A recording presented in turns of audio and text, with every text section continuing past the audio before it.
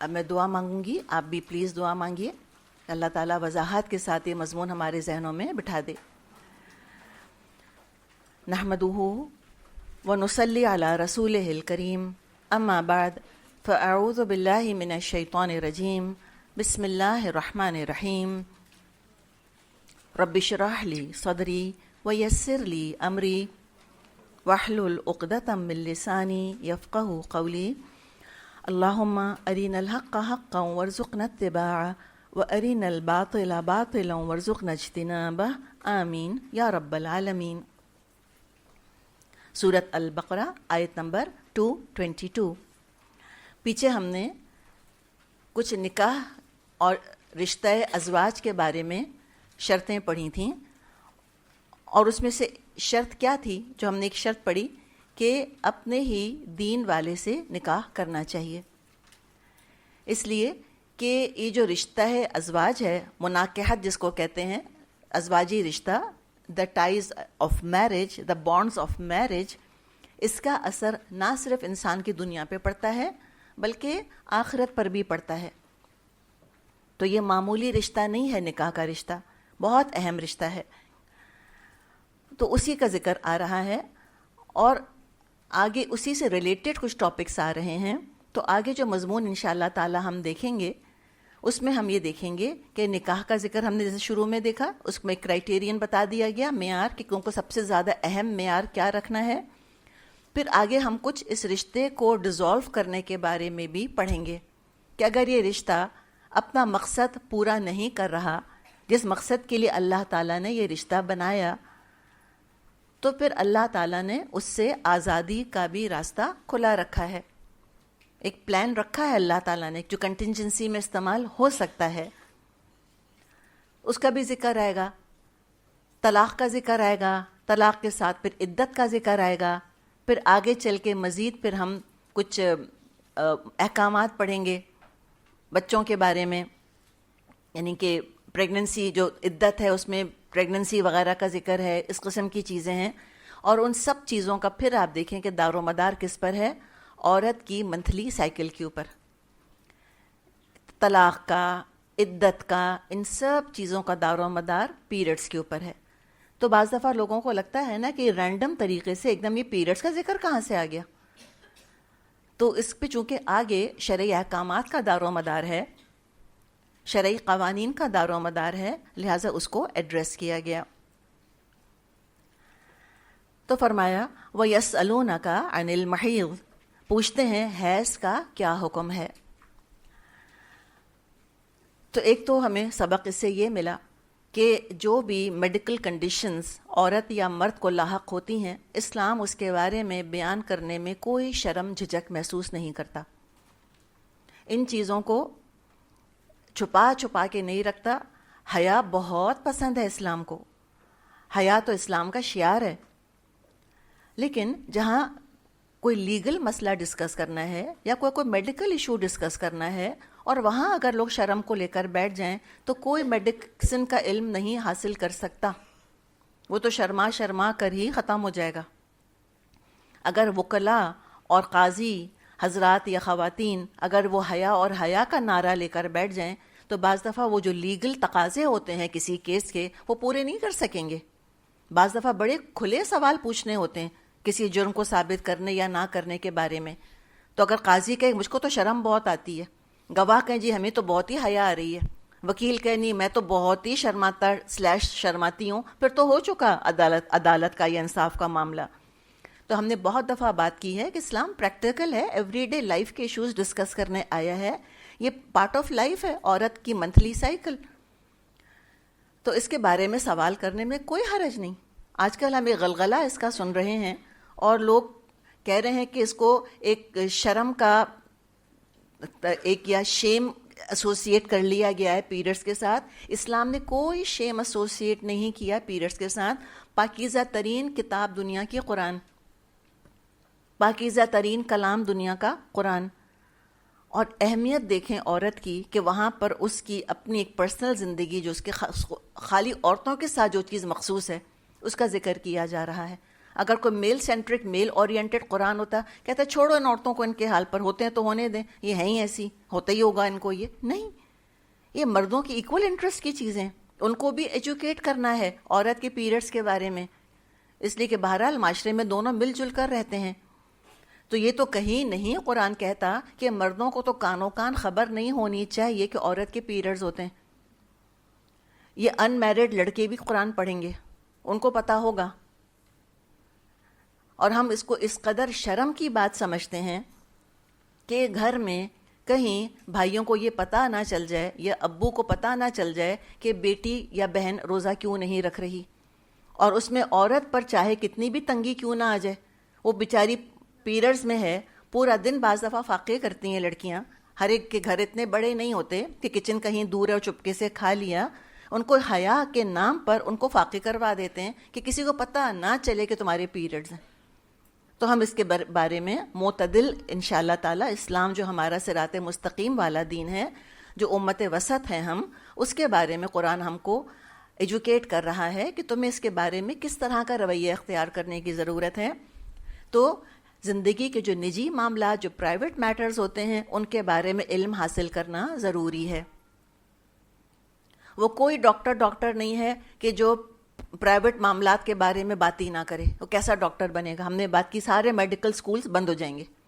اور بعض دفعہ جو لوگ احادیث پر، نعوذ باللہ اللہ ان کو ہدایت دے، بعض دفعہ احادیث پر جو بے حیائی کا الزام لگا دیتے ہیں، وہ اسی طرح کی احادیث کی وجہ سے۔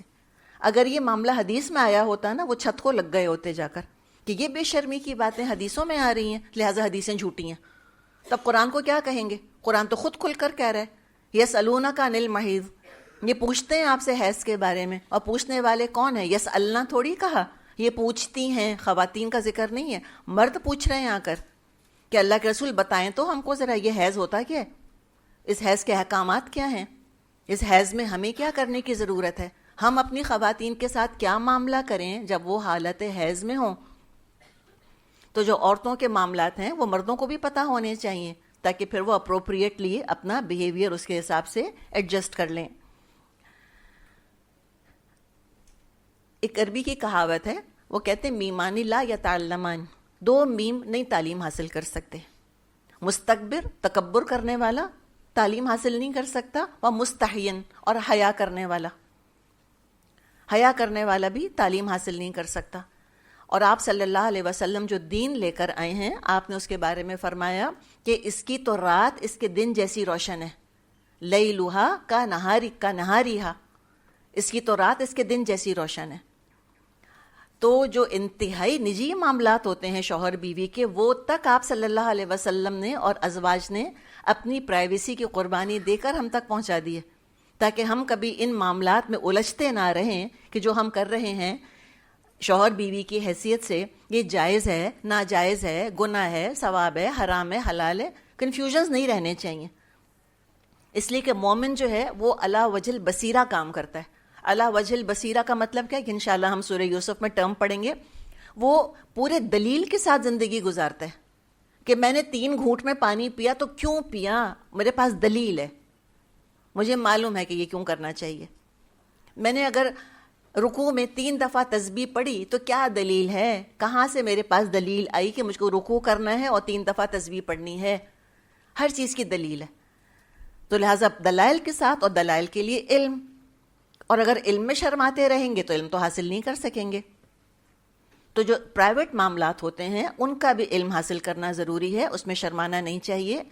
جیسے ابھی ہم نے بات کری، اگر شرم کو رکاوٹ بنائیں گے تو طب، قانون، دین، میڈیسن اور لا اور ریلیجن، یہ 3 تو نکل گئے۔ پھر انجینئر بنے، کچھ اور بنے، وہ اور بات ہے، یہ 3 تو پھر علوم حاصل کیے ہی نہیں جا سکتے۔ تو سوال جو یہاں پوچھا جا رہا ہے، مرد پوچھ رہے ہیں کہ دوران حیض ہم بیویوں کے ساتھ کس طرح کا جسمانی تعلق رکھ سکتے ہیں۔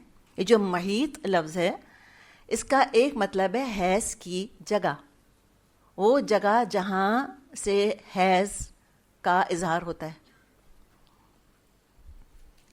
ابھی جو حیض ہے، پیریڈز، اس کے بارے میں بہت سی رسومات، بہت سے شگون اور بہت چھوت چھات ہمیشہ سے پائی جاتی رہی مختلف مذاہب میں، اور اس میں ایکسٹریمز رہے، جیسے کہ یہود کے ہاں معاملہ تھا۔ انس رضی اللہ عنہ فرماتے ہیں یہود میں جب کسی عورت کو حیض آتا تو نہ وہ اس کے ساتھ کھاتے پیتے، نہ گھر میں اس کے ساتھ رہتے، یعنی کہ اس کو سراپا ناپاکی بنا دیا جاتا عورت کو، کہ یہ سراپا ناپاکی کا پیکر بن گئی ہے، اور اتنا ناپاک سمجھتے کہ اس کو گھر میں بھی نہ رکھتے، اور یہ آج بھی رواج پایا جاتا ہے، اور مشرکانہ مذاہب میں بھی یہی معاملہ کیا جاتا ہے کہ عورت حالت حیض میں پوری کی پوری ناپاک سمجھی جاتی ہے، جو پہن لے وہ صرف پہننے کی وجہ سے، چونکہ اس کے جسم کو ٹچ کیا ہے اس نے، اس کپڑے نے، کہتے ہیں وہ کپڑا ناپاک ہو گیا، وہ جس چیز کو ہاتھ لگا دے کہتے ہیں وہ چیز ناپاک ہو گئی، تو لہٰذا ان کو اس حالت میں سنا ہے کہ وہ کچن وغیرہ میں نہیں آنے دیتے، کھانا وغیرہ نہیں پکانے دیتے۔ ان کا یہ خیال ہے کہ اگر حیض کی حالت میں عورت نے کھانا پکا لیا تو کھانا ناپاک ہو جائے گا، اور آج ہم اپنے مسلمانوں میں یہ چیز دیکھتے ہیں کہ آؤٹ ہاؤسز باقاعدہ بنائے جاتے ہیں کہ جب خواتین حالت حیض میں ہوتی ہیں تو گھر سے نکال کر ایک الگ کوٹھڑی میں ان کو رکھ دیا جاتا ہے، اور یہ نیپال وغیرہ کا آپ پڑھیں وہاں بھی اس قسم کے کچھ رواج ہیں جو اب تک پائے جاتے ہیں کہ ساتھ رہتے، ٹچ کرنا تو دور کی بات، وہ ساتھ رکھتے بھی نہیں ہیں اس کو ایک گھر کے اندر۔ تو جب یہ ایکسٹریم ہوگی اور حیض کو عورت کے نعوذ باللہ کوئی گھٹیا ہونے کا یا ناپاک ہونے کا نعوذ باللہ ایک سمبل بنا لیا جائے گا، تو پھر ہم نے کیا لا پڑھا ہے نیوٹن کا کہ every action has an equal and opposite reaction. تو یہ بعض دفعہ انسانوں کے ساتھ بھی معاملہ ہو جاتا ہے، ایک ایکسٹریم دوسرے ایکسٹریم کو جنم دیتی ہے۔ تو اب وہ دوسری ایکسٹریم جو ہم دیکھ رہے ہیں وہ کیا ہے؟ وہ یہ کہتے ہیں کہ پاکی ناپاکی کوئی چیز نہیں ہے، جسٹ اے فیٹش، بیکار کے وہم ہے۔ کلینلینس کو مانتے ہیں کہ ڈس انفیکٹ کرنا چاہیے چیزوں کو، صفائی رکھنی چاہیے، کلین کرنا چاہیے چیزوں کو، لیکن ریچول پیورٹی جس کو ہم کہتے ہیں نا، طہارت، اس کا انکار ہے۔ کہتے ہیں یہ پاکی ناپاکی کوئی چیز نہیں ہے، یہ غسل کیا ہوتا ہے، یہ کسی کوئی ضرورت نہیں ہے۔ نہ صرف انکار ہے بلکہ مذاق ہے، بلکہ اس کو ایک طرح سے عورت کے خلاف تعصب اور عورت پر ظلم قرار دے دیا، یہ کہنا کہ حالت حیض میں ناپاکی ہے۔ وہ کہتے ہیں یہ بھی ایک تعصب ہے۔ ایک ایکسٹریم یہ ہے۔ اب ایک زمانہ کیا تھا، یا تو اس کو اتنا چھپایا کہ عیب بنا دیا، جیسے ابھی ہم نے بات کری، یا اب ری ایکشن یہ ہے کہ اس کو سر عام ڈسپلے کرنا چاہتے ہیں۔ تو یہ انتہا پسندی ہے کہ جو پیڈز ہیں، پیریڈز کے پیڈز، ان کو جا کے کسی جگہ بورڈ پر لگا دیا جائے، یا نعوذ باللہ اپنے کپڑوں پر سرخ انک یا سرخ پینٹ یا کچھ لگا کر ظاہر کیا جائے کہ ہم پیریڈ سے ہیں۔ لیکن پھر یہ کیا ہے؟ یہ دونوں انتہائیں ہیں بیسیکلی نا، یہ ٹو ایکسٹریمز ہیں، اور دونوں چیزیں اگنورنس ہیں، جہالت ہیں۔ اسلام جہالت دور کرنے کے لیے آیا ہے۔ تو قرآن نے ہم دیکھتے ہیں کہ اس حیض کے ایشو کو، مینسز کو، پیریڈز کے ایشو کو بہت زیادہ اعتدال کے ساتھ ایک ماڈریٹ پرسکون انداز میں اس کو میڈیکل اینگل سے، کچھ لیگل اینگل سے، کچھ ریلیجس اینگل سے اس کو ڈسکس کر لیا ہے۔ تب یہ پوچھتے ہیں آپ سے حیض کے بارے میں، قل، اب یہ اللہ فتویٰ دے رہا ہے، اللہ، قل، اے نبی صلی اللہ علیہ وسلم ان سے کہہ دیجئے۔ یہ انداز اور بڑی اہمیت کا ہوتا ہے۔ اللہ تعالیٰ خود بھی کہہ سکتا تھا، بغیر قل کے بھی بات مکمل ہے، ہوا اذا، لیکن نہیں، اللہ کی بات اور نبی اکرم صلی اللہ علیہ وسلم کے ذریعے پہنچائی جا رہی ہے۔ کہہ دیجئے اے نبی صلی اللہ علیہ وسلم ان سے، پوچھنے والوں سے، کیا ہوا اذا، وہ ایک تکلیف ہے۔ قرآن نے اس کو اذن کہا ہے، اذن۔ اذن کے 3 معنی ہوتے ہیں، ظاہر 3 معنی تو لکھے نہیں جا سکتے ترجمے کے اندر۔ ایک مطلب ہے اس کا تکلیف، اور خواتین جن کو حیض آتا ہے انہیں خوب اچھی طرح پتہ ہے کہ یہ 100% تکلیف دہ کیفیت ہے۔ ایک اذان کا مطلب ہوتا ہے بیماری، اس کا بھی خوب علم ہے خواتین کو. بلوٹنگ ہوتی ہے, واٹر ریٹینشن ہو جاتا ہے, موڈ سوئنگز ہوتے ہیں, پی ایم ایس, تو ہم جانتے ہیں کہ یہ پی ایم ایس بھی ایک چیز ہے. اور یقیناً عورت صحت سے زیادہ اپنے آپ کو بیماری کے قریب محسوس کرتی ہے, طبیعت گری گری لگتی ہے. کسی نے کہا ہے, کسی ڈاکٹر نے, کہ پورا مرد اپنی پوری زندگی میں اتنے ہارمونل چینجز سے نہیں گزرتا جتنی کہ ایک عورت ہر مہینے گزرتی ہے. تو الحمدللہ ہم تو خوش ہیں اس پر. اسی میں ہمارا عورت پن ہے الحمدللہ, اسی میں ہمارا ایموشن کا معاملہ ہے, اسی میں ہمارے جذبات کا معاملہ ہے. اللہ تعالیٰ نے بہت خوبصورتی رکھی ہے عورت کے اندر, اور جذباتی طور پر بھی بہت خوبصورت اللہ تعالیٰ نے عورت کو بنایا ہے.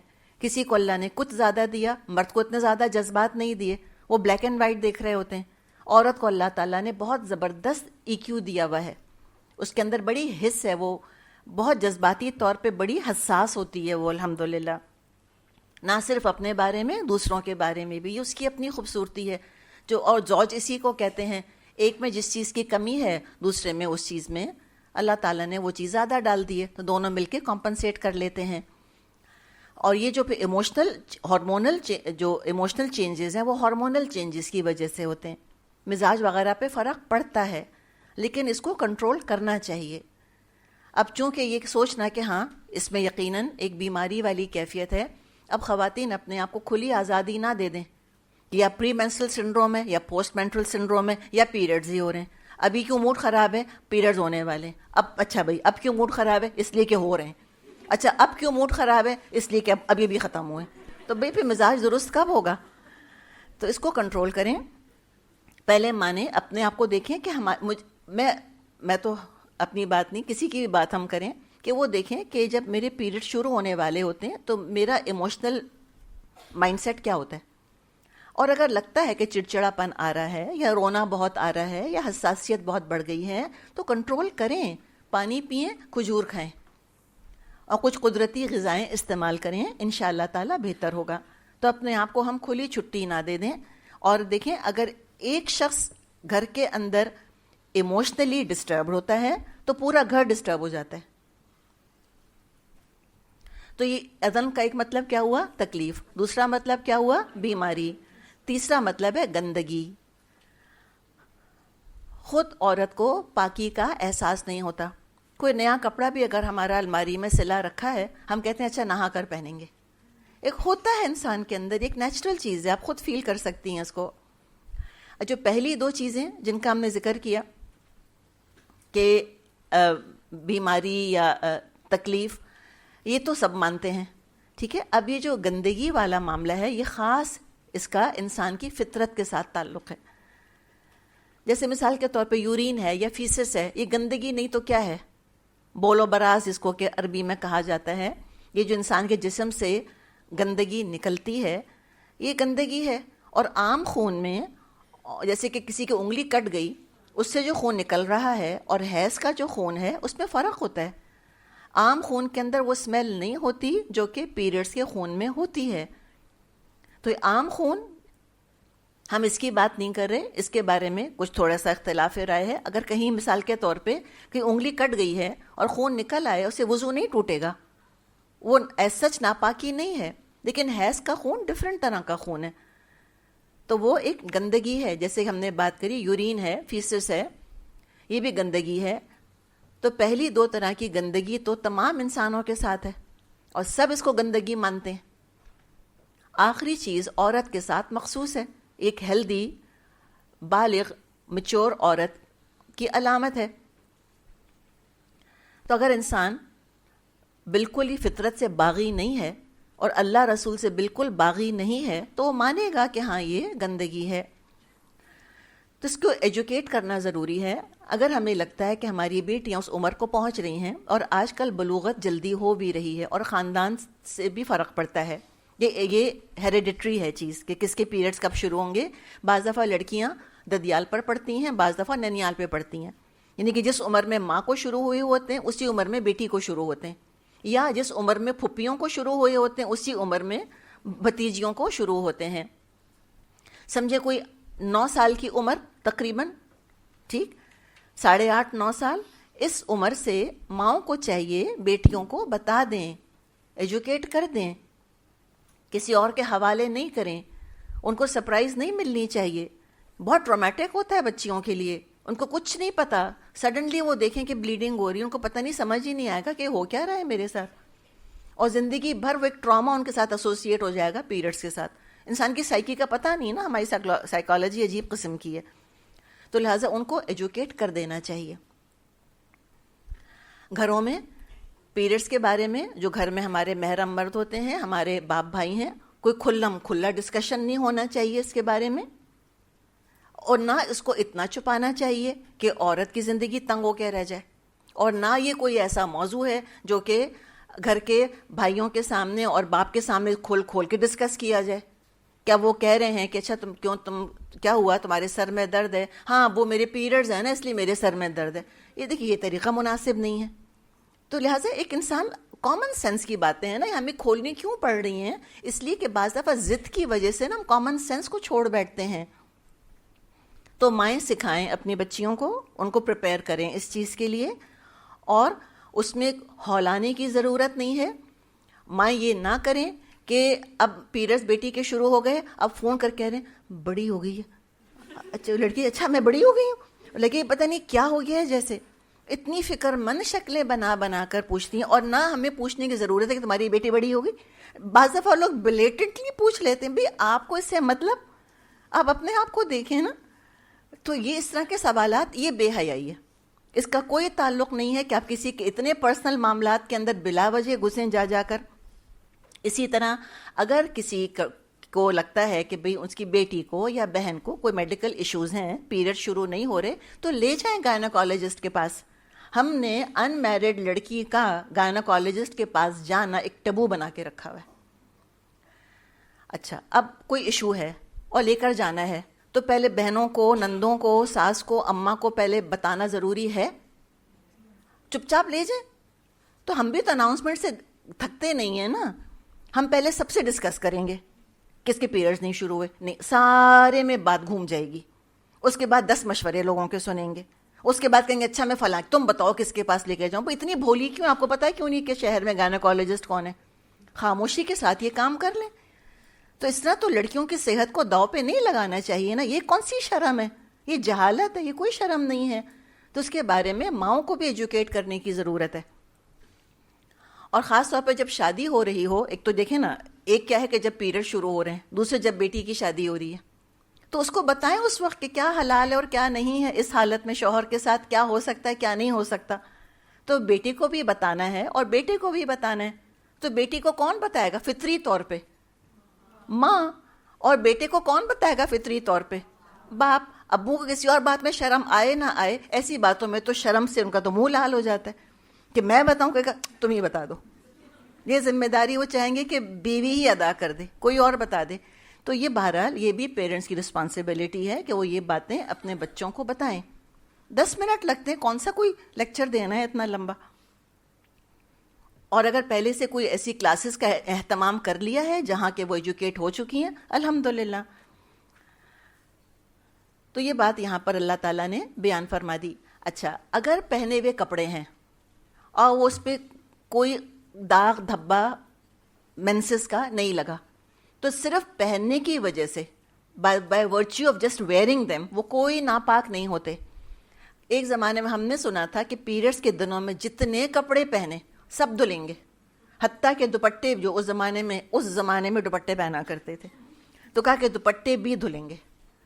جس بستر پر لیٹی ہے، چاہے وہ بستر بالکل صاف ستھرا ہے، کوئی دھبا نہیں آیا اس کے اوپر، کہیں گے تب چادر دھلے گی. یہ نہیں ہے اس طرح سے. صرف کیا دھونا ہے، اگر کہیں حیض کا خون لگ گیا، اگر شرٹ پر لگ گیا، پوری شرٹ بھی نہیں دھونی ہے، اتنا حصہ خالی دھو لیں، دیٹس اٹ. اسلام جو ہے یہ پلینٹی فل ملکوں کے لیے نہیں آیا جہاں دیکھیں ریگستان عرب، پانی کی قلت، پینے کو تو پانی نہیں مل رہا. اب ان سے ہم کہہ رہے ہیں کہ تم اپنے 7 دن کے کپڑے دھو اور تم ساری چادریں بستر کی دھو. کتنا مشکل ہے زندگی کو کرنا اس طرح سے. اسلام نہیں زندگی مشکل کرتا. ہم نے پیچھے پڑھ لیا، لا یرید اللہ بکم العسر یرید اللہ بکم الیسر ولا یرید بکم العسر. اللہ تمہارے ساتھ آسانی چاہتا ہے, اللہ تمہارے ساتھ تنگی نہیں چاہتا. اچھا, ایک چیز تو یہ کہ بس خالی وہ چیز دھو لیں, باقی کچھ ناپاک نہیں ہوتا. برتن ٹچ کر رہی ہے, برتن ناپاک نہیں ہوتا, سب ٹھیک ٹھاک رہتا ہے بالکل. نبی اکرم صلی اللہ علیہ وسلم کے بارے میں عائشہ رضی اللہ عنہا فرماتی ہیں کہ آپ صلی اللہ علیہ وسلم میری گود سے ٹیک لگا کر قرآن کی تلاوت فرماتے اور میں حیض سے ہوتی. پھر عائشہ رضی اللہ عنہا نے فرمایا کہ جہاں سے میں نے پانی پیا ہوتا, گلاس ہے جیسے نا, کہ جہاں سے میں نے پانی پیا ہوتا منہ لگا کے, وہیں سے منہ رکھ کر آپ صلی اللہ علیہ وسلم پانی پیتے. تو تھوک تو لگ جاتا ہے نا انسان کا, جب آپ منہ میں پانی پی رہے ہیں منہ سے لے کے تو تھوک تو لگے گا. تو آپ صلی اللہ علیہ وسلم اسی جگہ منہ رکھ کر پانی پیتے اور فرماتی میں حیض سے ہوتی. تو پتہ کیا چلا کہ عورت کا تھوک یا اس کا پسینہ وہ سب چیزیں ناپاک نہیں ہو جاتی, اس لیے کہ وہ حالت حیض میں ہے. تو اصل چیز کیا ہے کہ عبادت کے بارے میں محتاط ہونے کی ضرورت ہے, اس لیے کہ عبادت کے لیے پاکی شرط ہے, اور یہ دونوں کے لیے ہے, مرد کے لیے بھی عورت کے لیے بھی. تو عبادت کے لیے پاکی ضروری ہے. مثال کے طور پر نماز کے لیے, روزے کے لیے, طواف کے لیے, قرآن پڑھنے کے لیے پاک ہونا ضروری ہے, اور یہ دونوں پہ ایکولی اپلیکیبل ہے, مرد اور عورت دونوں پر, دونوں کو پاک ہونا ہے. تو عورت اگر حالت حیض میں ہے تو نماز نہیں پڑھے گی, روزہ نہیں رکھے گی, طواف نہیں کرے گی, مسجد میں جہاں مصلی ہے وہاں نہیں جائے گی, قرآن کی تلاوت نہیں کرے گی. باقی زبان سے اذکار کر سکتی ہے, زبان سے تلاوت بھی کر سکتی ہے, لیکن نارملی جو قرآن کا مصحف پکڑ کر تلاوت کرتی ہے وہ نارملی وہ حالت حیض میں نہیں کرے, الا یہ کہ وہ یا تو استاد ہے یا وہ طالبہ ہے.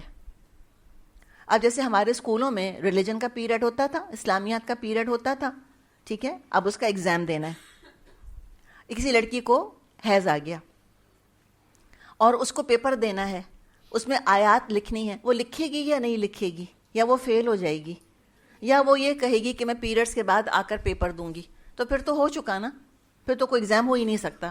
اس کا مطلب ہے کہ عورتیں دین کا علم حاصل کر ہی نہیں سکتی, فل سٹاپ. تو لہٰذا یہ بن باز کا فتویٰ ہے, جو مفتی اعظم تھے سعودی عرب کے, انہوں نے کہا کہ عورتیں عام طور پہ حیض کے دنوں میں قرآن کی تلاوت نہیں کریں, الا ایکسیپشن کیا ہے کہ طالبہ ہوں, حفظ کر رہی ہیں مثال کے طور پہ, یا کوئی کورس کر رہی ہیں, یا یہ کہ وہ استاد ہوں. اگر اساتذہ کے ساتھ بھی معاملہ یہ ہو جائے کہ اگر وہ حیض کی حالت میں ہے تو وہ نہیں پڑھا سکتی, تو مجھے بتائیں پھر کلاسیں کیسے کنڈکٹ ہوں گی, پھر روٹین کیسے بنے گا. بار بار یاد رکھیں کہ اسلام زندگی ہماری عذاب بنانے نہیں آیا, یہ ہماری زندگی آسان بنانے آیا, ماڈریشن کے ساتھ, کہ پاکی ناپاکی کی حس زندہ رہنی چاہیے, اس میں ضد نہیں بننی چاہیے, لیکن اس کے ساتھ جو سہولتیں دی گئی ہیں ان کو انسان اویل کرے. مزید احتیاط یہ کی جا سکتی ہے کہ جب ہم حالت حیض میں اگر ہیں اور ہم پڑھ رہی ہیں تو قرآن, جیسے ہمارے یہ پارے ہیں, ٹھیک ہے نا, اچھا اب یہ دیکھیں یہ پارے ہیں, تو اب یہ قرآن لکھا ہوا ہے, اب یہ قرآن ہے نہیں ہے, یہ ہے نہیں ہے, تو کوشش کریں کہ ٹیکسٹ کو ہاتھ نہیں لگائیں, کوشش کیا بلکہ لگانا ہی نہیں ہے. حالت ناپاکی میں قرآن کے ٹیکسٹ کو نہیں چھونا ایسے کر کے, یہاں سے پیج پکڑ لیں کنارے سے, اور مزید اگر احتیاط کرنی ہے تو گلوز پہن لیں, کوئی مسئلہ ہی نہیں ہے. یا بعض خواتین جیسے پلاسٹک کی شیٹ رکھ لیتی ہیں, الحمدللہ دیٹ از گڈ, لیکن قرآن تو نہیں چھوڑا جا سکتا. اور یہ جو ہم سنتے ہیں کہ قرآن کی آیات توڑ توڑ کر پڑھیں, اس کی کوئی دلیل نہیں ہے. اچھا یہ تو بات آ گئی کہ ہوا اذن, اس کے کچھ احکامات ڈسکس کر لیے. اب جو مردوں نے پوچھا, جو بیویوں والے تھے, کہ اب ہمیں کیا کرنا ہے, مراد خاص جسمانی تعلق. یہود بالکل کوئی جسمانی تعلق نہیں رکھتے تھے, وہ تو ٹچ بھی نہیں کرتے تھے, پاس نہیں آنے دیتے تھے. دوسری انتہا پر کچھ مذاہب میں حالت حیض میں بھی عورتوں سے جماع کر لیتے تھے. یہ جماع لفظ بھی ہم استعمال کریں گے, ایک ہی دفعہ سمجھ لیں, سیکشول انٹرکورس کے لیے آتا ہے, میں لکھ دیتی ہوں آپ لکھ لیں.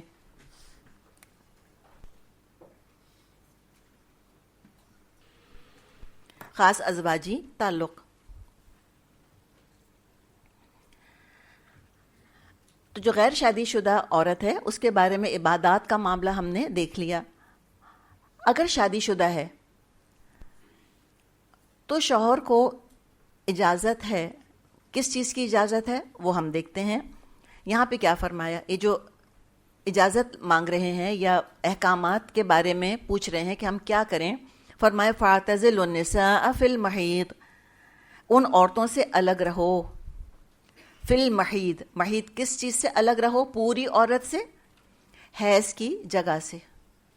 حیض کی جگہ سے یعنی ہر طرح کا جسمانی تعلق شوہر اپنی بیوی سے رکھ سکتا ہے، صرف کیا ہے؟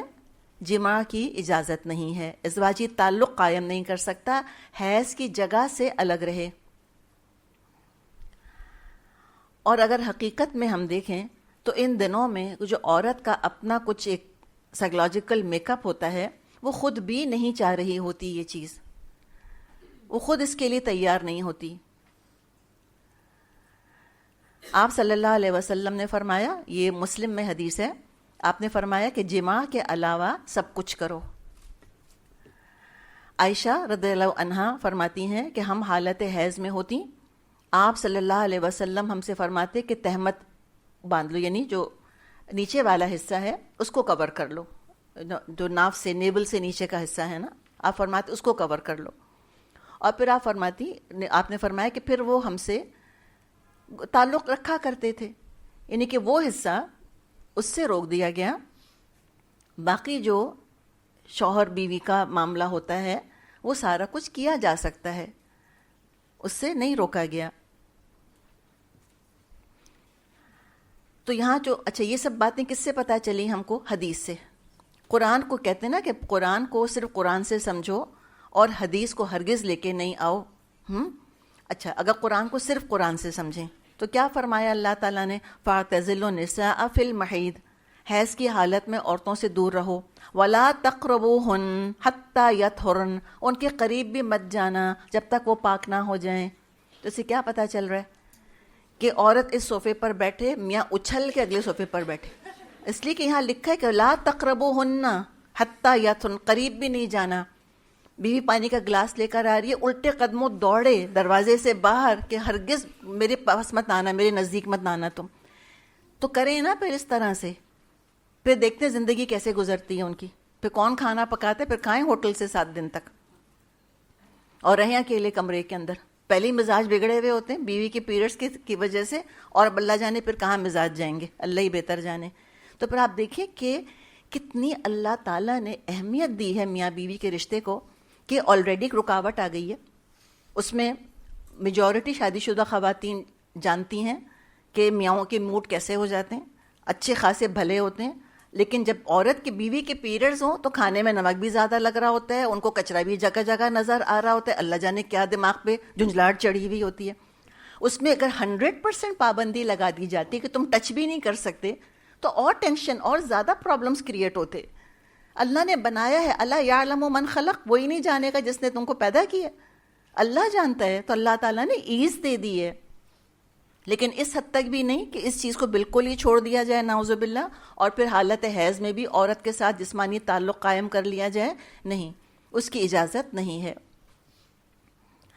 تو فرمایا کہ لا تقربوہن حتی یطہرن، یعنی کہ تقربو سے مراد پھر کیا ہے یہاں پر، اور اعتزلو سے مراد کیا ہے؟ کیا چھوڑ دو؟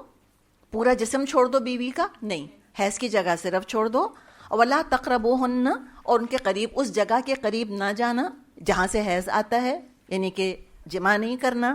کب تک؟ جب تک کہ وہ پاک صاف ہو جائیں. فَإِذَا تَطَهَّرْنَ، اب دیکھیے پیچھے کیا تھا؟ یطہرن، کہ وہ پاک ہوں. تطہرنا تھوڑا ڈفرینٹ ورڈ ہے، مراد ہے کہ وہ نہا لیں، وہ غسل کر لیں. اور یہ پھر فطرت ہے. پیریڈز ختم ہو گئے عورت کے، اب تک طبیعت کھلی نہیں ہوتی. ایک دفعہ جب پیریڈز ختم ہو جائیں، اچھی طرح سے نہا دھو لیں، پھر دل چاہتا ہے میک اپ بھی کر لیں، پھر دل چاہتا ہے تھوڑی خوشبو بھی لگا لیں، پھر طبیعت لگتا ہے ایک دم کھل گئی. تو وہ کہا گیا کہ جب وہ اچھی طرح نہا دھو کے غسل کر لیں، غسل حیض کر لیں، فَأْتُوهُنَّ مِنْ حَيْثُ أَمَرَكُمُ اللَّهُ، تو ان کے پاس وہاں سے آؤ جہاں سے اللہ نے تم کو حکم دیا ہے. ان اللہ یحب التوابین و یحب المتطہرین. اللہ ان لوگوں کو پسند کرتا ہے جو بدی سے باز رہیں اور پاکیزگی اختیار کریں. تو آؤ ان کے پاس. یہ آؤ کمانڈ نہیں ہے، یعنی اب یہ اباح ہے، یعنی کیا، الاؤڈ ہے. اب الاؤڈ ہے، اب تعلق قائم کرو. اور بعض دفعہ تو ہسبینڈ ایک دن بیوی سے زیادہ ان کو پتہ ہوتا ہے کب پیریڈ شروع ہونے، اور بیوی سے زیادہ ان کو پتہ ہوتا ہے کس دن ختم ہو گئے. اور آپ ان کو اگر لاکھ بہانے بنائے کہ آج یہ نہیں کہیں گے نہیں اتنے دن ہو چکے، تو ٹھیک ہے، اگر اتنا ہے الحمدللہ انتظار ہے تو اللہ نے اجازت دی ہے کہ اب کرو، حکم نہیں دیا کہ لازمی طور پہ کرنا ہے. فَأْتُوهُنَّ ہے امر، لیکن کس کے لیے ہے؟ مباح کے لیے، کہ ناؤ اٹ از الاؤڈ. کہاں سے آؤ؟ من حیث امرکم اللہ. یہ قرآن کا انداز دیکھیں، بات بھی بیان کر دی لیکن کھلی زبان بھی استعمال نہیں کی. اچھا، بات کیا ہے دیکھیں. اللہ تعالیٰ نے مخلوق کے باڈی پارٹس بنائے ہیں، اور جبلی طور پہ انسٹنکٹیولی مخلوق کو ہدایت ودیت کر دی ہے کہ ان باڈی پارٹس سے تم کو کیا کام لینا ہے. کہیں نہیں کہا جاتا کہ نوالا منہ میں ڈالو، نہیں کہا جاتا نا، اس لیے کہ پتہ ہے، انسٹنکٹیولی پتہ ہے کہ نوالا منہ میں ہی جائے گا. تو جانوروں کو بھی انسٹنکٹیولی معلوم ہے کہ فزیکل ریلیشن شپ کی جگہ کیا ہے، ان کو معلوم ہے. کون سی جگہ ہے عورت کی؟ یہ وہی جگہ ہے جہاں سے کہ حیض آتا ہے، جہاں سے بچہ پیدا ہوتا ہے. لہٰذا ہمیں حدیث سے یہ بات پتہ چلتی ہے کہ عورت کے ساتھ دبر میں جماع کرنا، دبر یعنی اینل سیکس، یہ حرام ہے. ابو داؤد میں حدیث ہے، آپ صلی اللہ علیہ وسلم نے فرمایا وہ شخص ملعون ہے. ملعون کیا؟ اللہ کی لعنت ہے اس شخص پر جو عورت کے پاس اس کے دبر سے جائے، یعنی جو جگہ گندگی نکلنے کی جگہ ہے وہاں سے وہ جسمانی تعلق قائم کرے. اس کی سختی سے منادی ہے، یہ نہیں کیا جا سکتا. اور یہ کیوں نہیں کیا جا سکتا؟ اللہ اپنی حکمتیں، اپنی مصلحتیں اللہ بہتر جانتا ہے. سیدھی بات یہ ہے کہ عورت کے لیے حد درجے کی اس میں اذیت ہے. کوئی عورت اپنی مرضی سے کبھی الاؤ نہیں کر سکتی کہ اس کے جسم کے ساتھ یہ معاملہ کیا جائے. کچھ جگہیں ایسی ہیں جہاں چیزوں کو داخل نہیں کیا جاتا، وہ صرف ایکسکریشن کی جگہیں ہیں، چیزیں باہر نکلتی ہیں، صرف اندر نہیں جاتی وہاں پر. اور ایسی جگہوں میں کوئی چیز اگر داخل کی جائے، اگر کبھی انیما وغیرہ لینے کا اتفاق ہوا ہو، جیسے کہ بعض دفعہ جب لیبر اپنے اینڈ کو پہنچ رہا ہوتا ہے تو بعض دفعہ انیما دیا جاتا ہے اس کے لیے، اس کی اذیت سب کو پتہ ہے کیا ہوتی ہے جنہوں نے لیا ہوا ہے. اور اللہ نہ کرے، خدا اللہ نہ کرے کوئی کسی کا ہسبینڈ اس طرح کے تقاضے کرے تو شریعت نے روک دیا ہے، اس کو حرام قرار دے دیا. لعنت کے لفظ آ گئے ہیں اس کے اندر. کس کی پروٹیکشن کے لیے؟ کیا پتہ مردوں میں ہوتی ہو ٹینڈنسی، کیا پتہ وہ فرمائشیں کرتے ہوں. تو اللہ نے عورت کو پروٹیکٹ کیا ہے یہاں پر، اس کی تکلیف کا احساس رکھا ہے یہاں پر، اس کے جذبات کا احساس رکھا ہے. اور ویسے بھی اس کو کہتی ہے ان نیچرل ایکٹ ہے، یہ کوئی لو کی بات نہیں ہے. آج اللہ جانے وہ اپنی طرف سے ان باتوں کو محبت کا اور اپنائیت کا اور قربت کا نام دے دیں، نعوذ باللہ، کہ اینل سیکس بھی ہو رہا ہے تو وہ بھی الاؤڈ ہے، اور پیریڈز میں تعلق قائم کر رہے ہیں وہ بھی الاؤڈ ہے. تو جانور بھی نہیں کرتے یہ کام، تو کہاں کے پھر انسان یہ کام کرنے لگ جائیں. تو لہٰذا اس چیز کی قطعی اجازت نہیں ہے. یہ ہماری بیٹیوں کو پتہ ہونا چاہیے، ہمیں خود پتہ ہونا چاہیے، ہمارے بیٹوں کو پتہ ہونا چاہیے، ہمارے شوہروں کو پتہ ہونی چاہیے یہ بات. تو اللہ تعالیٰ نے تو یہ بات اس طرح سے بیان فرما دی، اور نبی اکرم صلی اللہ علیہ وسلم کی حدیث نے مزید اس کی وضاحت کر دی کہ کہاں سے جاؤ؟ جہاں سے اللہ نے حکم دیا ہے تم کو. سیکنڈ، حیض میں جیسے ہم نے بات کری منع ہے، ازواجی تعلق قائم نہیں کیا جا سکتا. عبداللہ بن عباس رضی اللہ عنہما سے روایت ہے کہ رسول اللہ صلی اللہ علیہ وسلم نے فرمایا جو شخص حیض کی حالت میں بیوی کے پاس جائے وہ 1 دینار یا نصف دینار صدقہ دے، یعنی کچھ نہ کچھ اس کو صدقہ پھر دینا چاہیے. تو فرمایا کہ اللہ تعالیٰ کو تو توبہ کرنے والے بہت پسند ہیں. اگر یہ کام کبھی ہو گیا اور اس کا علم لوگوں کو نہیں ہوتا، لا علمی، اللہ جانے کیا دیکھ کر اور کیا سن کر وہ ازواجی تعلق کے بارے میں سیکھتے، نعوذ باللہ. ایک تو بات یہ ہے دیکھیں شوہر اور بیوی ایک دوسرے سے سیکھتے ہیں. یہ ہے حیا. یہ نعوذ باللہ اس کے کوئی ٹیوٹوریلز نہیں لیے جاتے. نعوذ باللہ اس کے بارے میں کسی اور سے دیکھ دیکھ کر نہیں سیکھا جاتا. اچھا یہ جو دینار ہے, اگر آج ہم کہیں نا نصف دینار, تو نصف دینار جو بنے گا, یعنی کہ اگر ہم ایک گولڈ دینار کی بات کریں تو جو پورے دینار کی, نصف کی نہیں, اگر ہم پہلے پورے دینار کی بات کریں, آج تقریباً وہ 32,000 روپے بنے گا. تو اس کو نصف اگر کر لیں, نصف دینار, ٹھیک ہے, تو کتنا بنا؟ 16,000. تو یہ معمولی چیز نہیں ہے. اس کو بھی ذرا سوچ سمجھ کے اس کے بارے میں فیصلے کرنے چاہیے. تو یہ ہم جو بات کر رہے تھے کہ اسلام کی توقع یہ ہے, توقع کیا بلکہ فطرت ہم سے یہ کہتی ہے, بلکہ قرآن نے کئی دفعہ ہم سے یہ بات کہی, حکم دیا کہ بے حیائی کے قریب بھی مت جانا. شادی سے پہلے کوئی تجربے نہیں ہوتے. جو سیکھتا ہے شوہر بیوی سے سیکھتا ہے, اور بیوی جو سیکھتی ہے شوہر سے سیکھتی ہے. ایک دوسرے کو سکھائیں, ایک دوسرے سے کے ساتھ مل کر یہ کام کرنا ہوتا ہے. یہ ایرے غیروں سے نہیں سیکھا جاتا. اللہ سے دعا کریں اللہ تعالیٰ میں ان تمام مختلف قسم کی بے حیائیوں سے بچائے. کبھی رخ نہیں کرنا ان چیزوں کا کہ فلاں میگزین تو پڑھ کر دیکھوں اور فلاں چیز تو دیکھوں. کرنا ہے آپس میں ڈسکس کریں, اور یا کوئی معتبر کوئی میڈیکل جرنل وغیرہ ہے وہاں سے جا کے ان چیزوں کے بارے میں دیکھیں.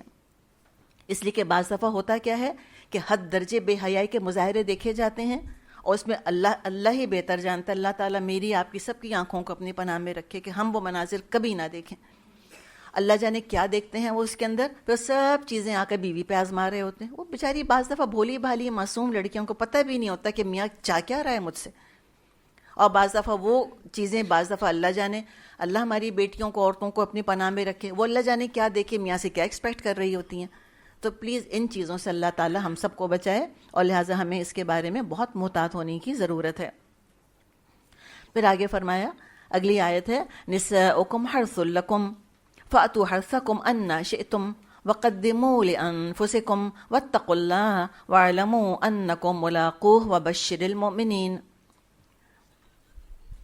عورتیں تمہاری کھیتیاں ہیں, تمہارا اختیار ہے جس طرح چاہو اپنی کھیتی میں جاؤ, مگر اپنے مستقبل کی فکر کرو اور اللہ کے ناراضی سے بچو. خوب جان لو تم کو ایک دن اس سے ملنا ہے. اور اے نبی صلی اللہ علیہ وسلم, جو آپ کی ہدایات کو مان لیں ان کو فلاح اور سعادت کی خوشخبری سنا دیجئے.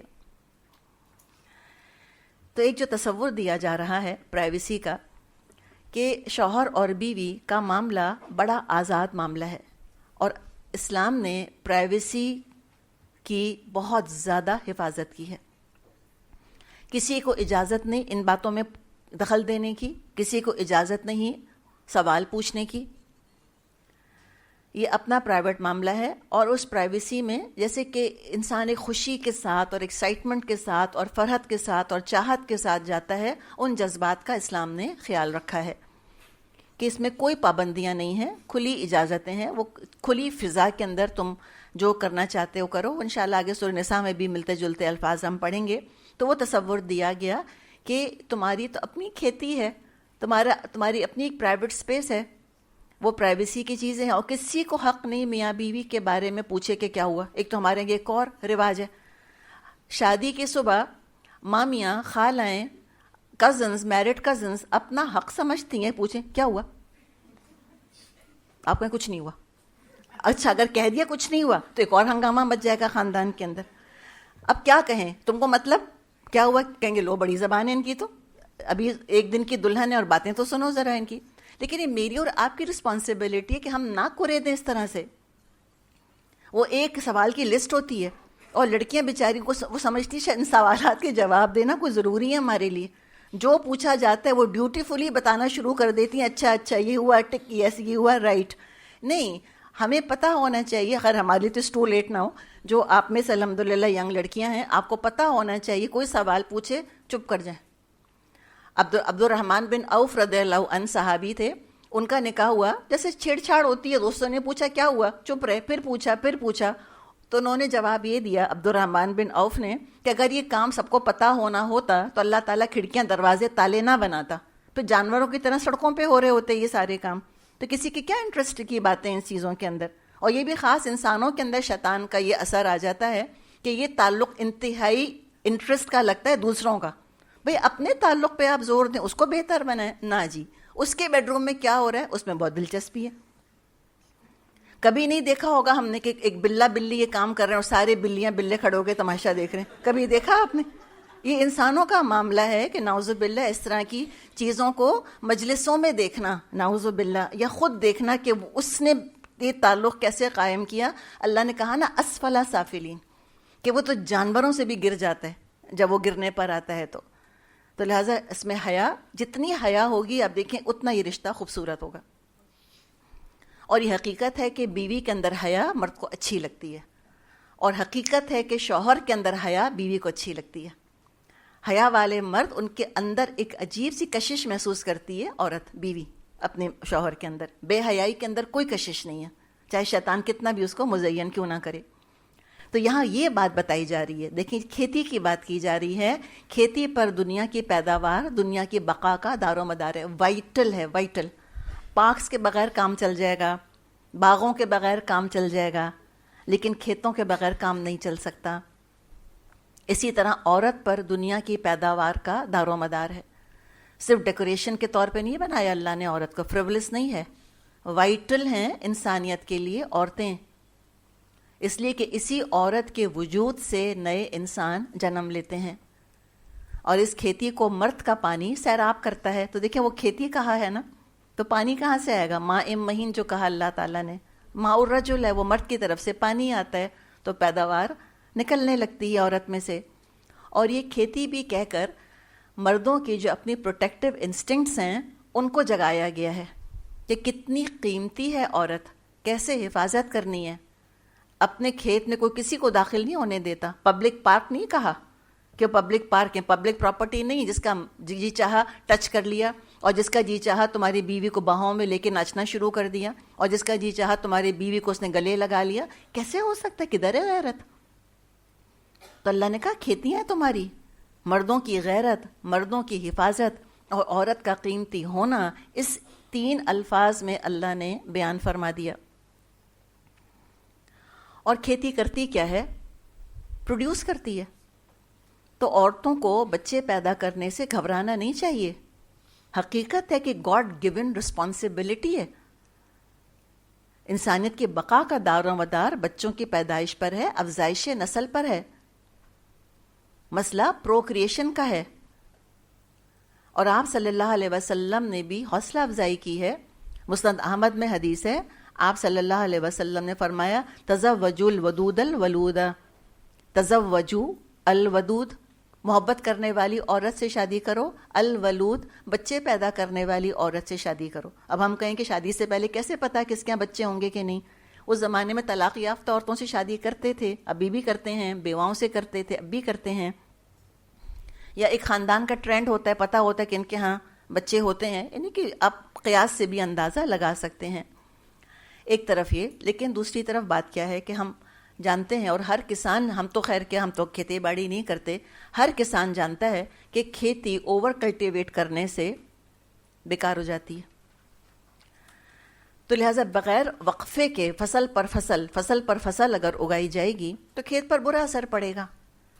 تو یہ بیک ٹو بیک پریگننسیز اور آبویسلی عورت کی صحت کو افیکٹ کریں گی, اثر ڈالیں گی. تو پھر دیکھیں, پھر معتدل ہے ہمارا دین.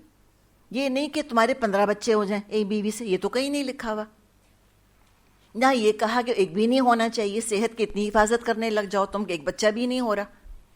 تو لہٰذا ایک اعتدال کے ساتھ اللہ نے عقل دی ہے, میڈیکل سائنس ہمیں سب کچھ بتا رہی ہے, اور جائز طریقے اللہ تعالیٰ نے رکھے ہیں, وہ سب چیزوں کو استعمال کیا جا سکتا ہے.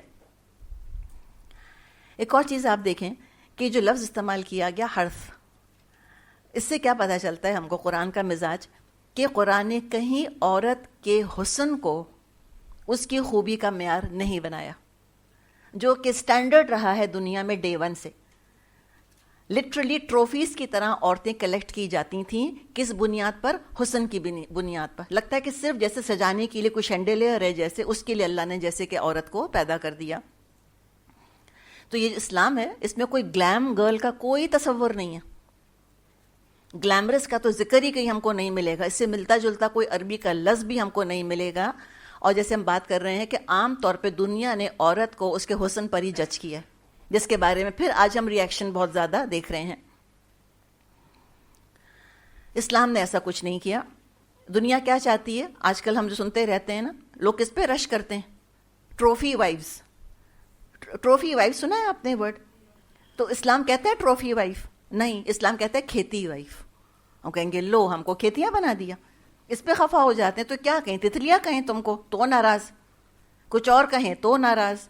اتنا رسپیکٹیبل قرآن نے ایک مقام دیا ہے، بتا دیا ہے کہ دیکھو کتنی ویلیوبل ہے. اور عورت کو بھی اشارہ مل جانا چاہیے کہ اگر اللہ تعالیٰ نے ذمہ داری دی ہے، دیکھیں کوئی میڈیکل ریزن ہے بچے نہیں ہو سکتے وہ اور بات ہے، لیکن بلا وجہ اس کو نعوذ باللہ اپنی بے عزتی یا اپنی قید بنا لینا کہ بچہ ہوگا تو ہم بے عزت ہو جائیں گے، ہم قید ہو جائیں گے، ہمارا حسن ختم ہو جائے گا. یہ کون سی عقل کی باتیں؟ یہ کوئی عقل کی باتیں نہیں ہیں. بات یہ ہے کہ قرآن ہر انسان کو پروڈکٹیو یوزفل دیکھنا چاہتا ہے. اللہ تعالیٰ نے ہم کو ایسے ہی نہیں بھیج دیا دنیا سجانے کے لیے. تو کون کتنا پروڈکٹیو ہے اس بیسس پر قرآن ویلیو کرتا ہے انسانوں کو. آرگنز بھی جو ہمارے ہیں، جو ہمارے ناک نقشہ اللہ نے بنایا، اس زینت کے لیے تو نہیں بنایا.